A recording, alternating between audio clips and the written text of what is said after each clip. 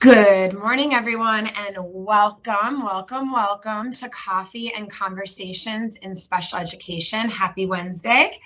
I've got my coffee here, my usual Cali coffee, my favorite espresso drink. And today we're going to continue our conversation, which we started last week, in lieu of Mental Health Awareness Month, which again, some of these months that we have, it feels kind of weird because that's something that we should be discussing, something that we should have at the forefront of educational planning and school discussions on any given day, right? We don't need a special month for that. However, what's nice about having a special month to talk about mental health awareness or to focus on certain marginalized groups is that we do actively have discussions and conversations at a higher rate and a higher frequency. And I think that that's important so long as it carries over to the rest of the year. Now, mental health issues, although some of them reach a level of severity where they do show strong and obvious physical symptoms, they can even look like somebody is having a heart attack or seizuring. But in many cases, mental health is a hidden disability under the category and blanket of hidden disabilities that are not as obvious that the individual has a disability or a disorder as some other physical conditions that we can readily see. However, mental health and emotional disorders and disabilities such as depression and anxiety disorder and many other mental health disorders, they have so much of an impact on learning and participation in school and how a student relates with peers and his or her teachers, and often can lead to students being stereotyped or misunderstood by teachers, thought of as lazy or slow or uncaring about academics or uncaring about the feelings of others. And so bringing attention, and I don't mean going in and, yelling from the rooftop that the child has depression or anxiety disorder. I don't think that that's helpful to anybody. But getting teachers to have a level of understanding, a level of training, and knowing what accommodations are needed is the heart of Section 504. And it can change attitudes, change minds, and change a student's school experience. And so today I want to talk to you about Section 504. Section 504 is a federal anti-discrimination law that protects individuals in public places and public facilities. Our public schools are publicly funded. They receive Section 504 funds. Therefore, they must comply with Section 504. And the heart and the core of Section 504 centers around anti-discrimination, making reasonable accommodations to individuals that have a physical or mental impairment that substantially limits one or more major life activities. And in school, there's a list of those, and I won't go as deep into that today, but I will on a later Coffee and Conversations. But the main thing in school is learning, thinking, retaining information, participating meaningfully in class. So those are the major life activities. Working is a major life activity, and that has a range and a generalization in the school building that's easy to apply where it's applicable and where it's impacting a student.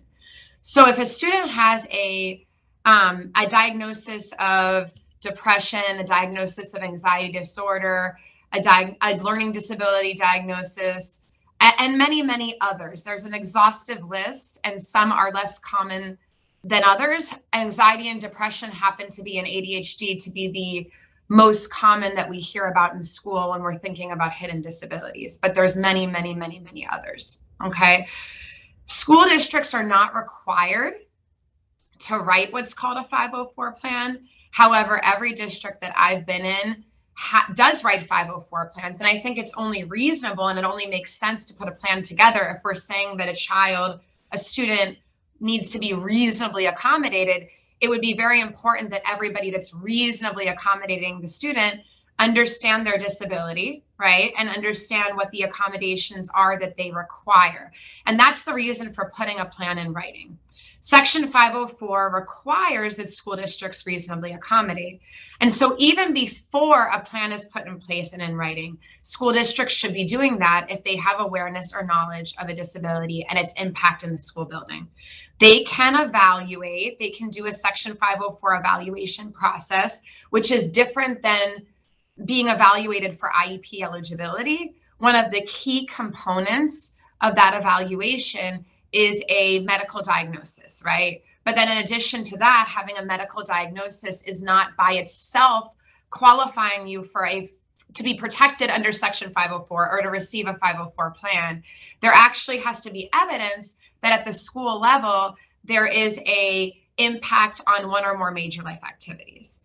What I really want to drive forward to today when it has to do with mental health and mental wellness of children is that if your child has a 504 plan or is protected under Section 504, number one, if they do have an IEP, they are duly protected. They're not losing Section 504 protection. That's a major misunderstanding. And so if they have an IEP, they're protected under IDA, and they're also protected under Section 504. If the student has a 504 plan and is protected under Section 504 and does not have an IEP, this does not mean that they're limited or relegated to only accommodations. Accommodations are the major content of the 504 plan.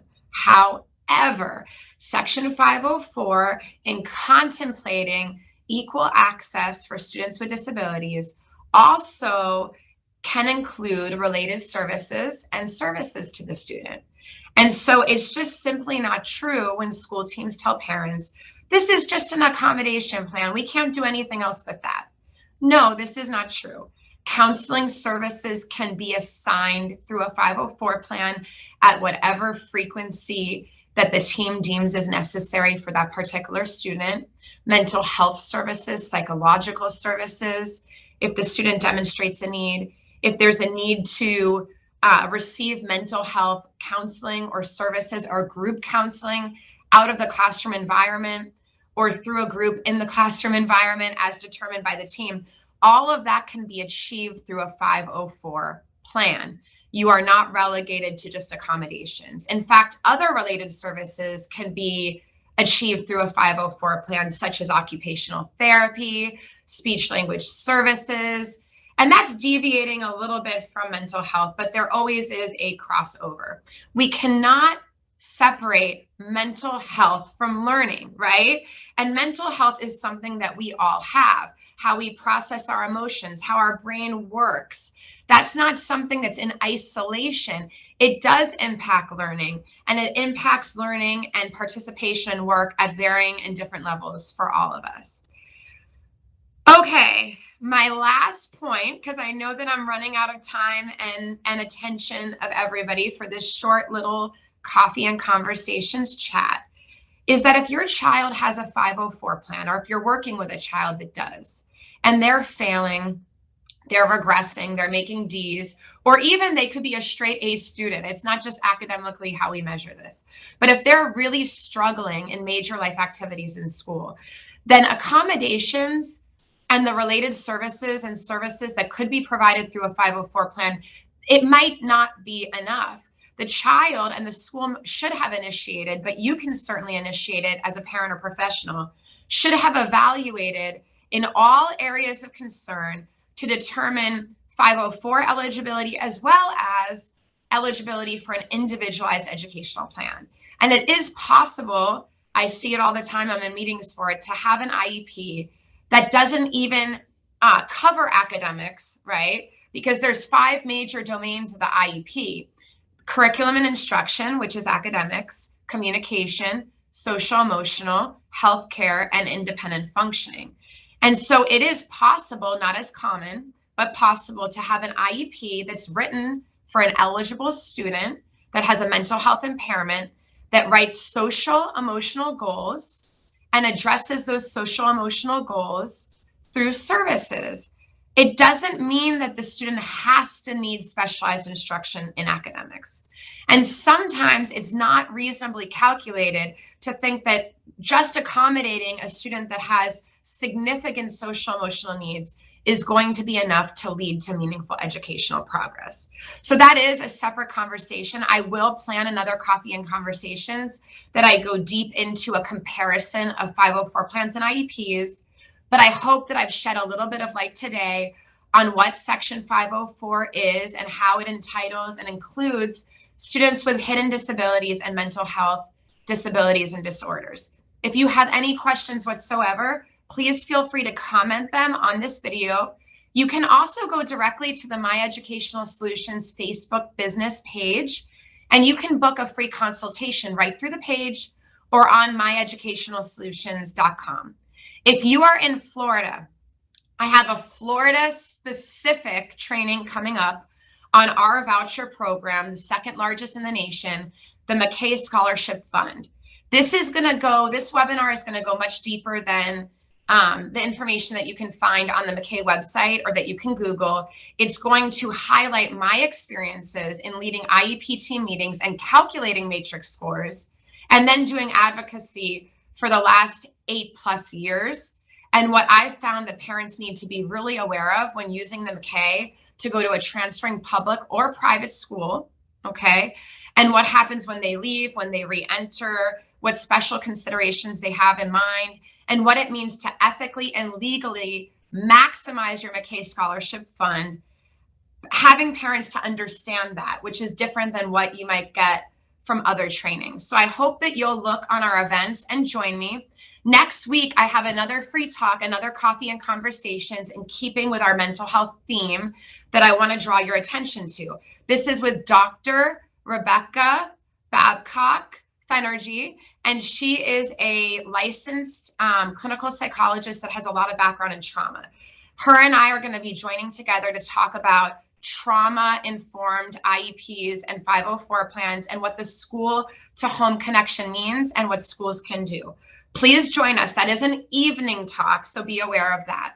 Thank you so much for being here with me today, and always, I'll look forward to seeing you next week. Happy Wednesday.